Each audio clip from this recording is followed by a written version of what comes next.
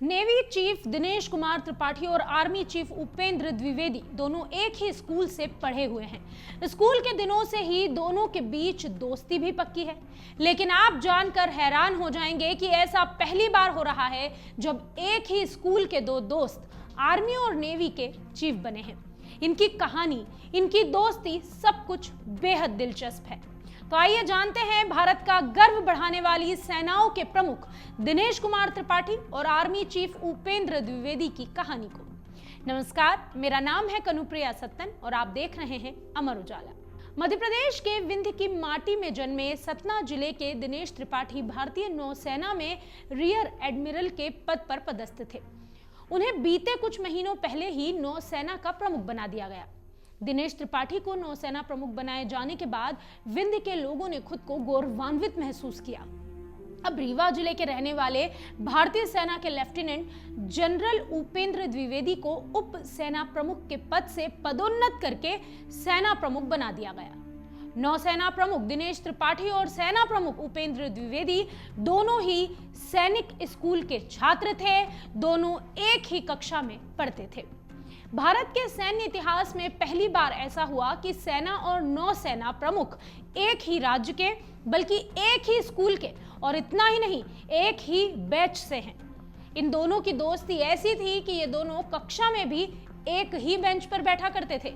रविवार को कार्यभार संभालने वाले थल सेना अध्यक्ष जनरल उपेंद्र द्विवेदी और एडमिरल दिनेश कुमार त्रिपाठी सैनिक स्कूल रीवा के पूर्व छात्र हैं।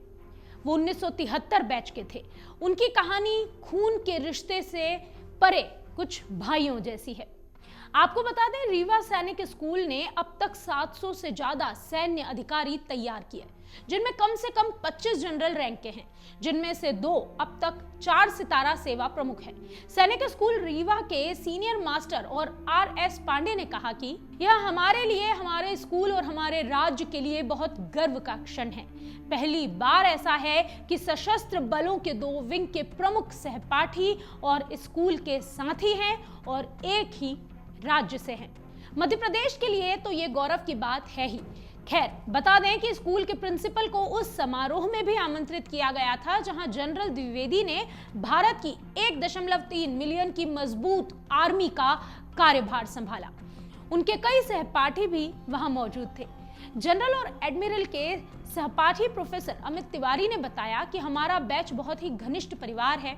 यहाँ तक कि आज भी हम में से जो 18 लोग हैं वो यहाँ हैं, क्योंकि हमारे बैचमेट और मित्र जनरल उपेंद्र द्विवेदी ने सेनाध्यक्ष के रूप में कार्यभार संभाला है। उन्होंने आगे कहा कि मेरा रोल नंबर 829 था, उपेंद्र का 931 और दिनेश का 938।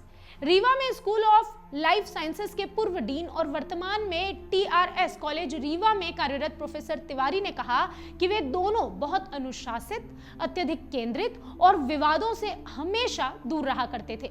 वे कभी किसी गुटबाजी का हिस्सा नहीं रहे, जो स्कूल के दिनों में सामान्य बात है। लेफ्टिनेंट जनरल द्विवेदी के स्कूल रिकॉर्ड के अनुसार वे एक औसत छात्र थे।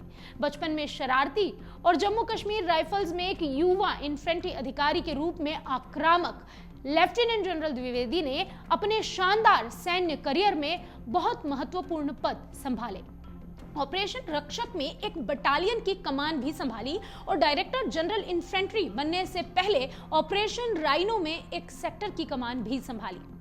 श्री कृष्ण द्विवेदी की इकलौती बेटी डॉक्टर पुष्पा पांडे है, जो जबलपुर के जिला अस्पताल में स्त्री रोग विशेषज्ञ के पद पर पदस्थ है।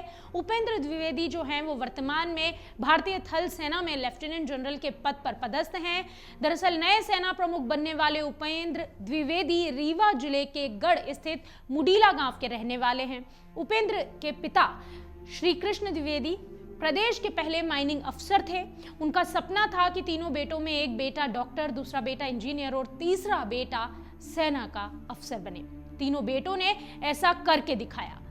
श्री कृष्ण के बड़े बेटे doctor PC Dwivedi Rewa medical college के डीन बनकर सेवानिवृत्त हुए, तो वहीं दूसरे बेटे PS द्विवेदी भोपाल में स्थित सिंचाई विभाग में चीफ इंजीनियर रहकर सेवानिवृत्त हुए।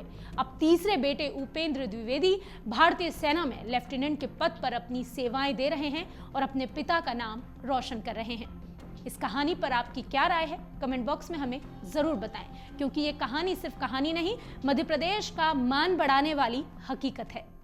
अगर आप ये वीडियो YouTube पर देख रहे हैं तो हमारे चैनल को सब्सक्राइब करें और बेल आइकन को दबाना ना भूलें। अगर आप Facebook पर ये वीडियो देख रहे हैं तो हमारे पेज को लाइक करें।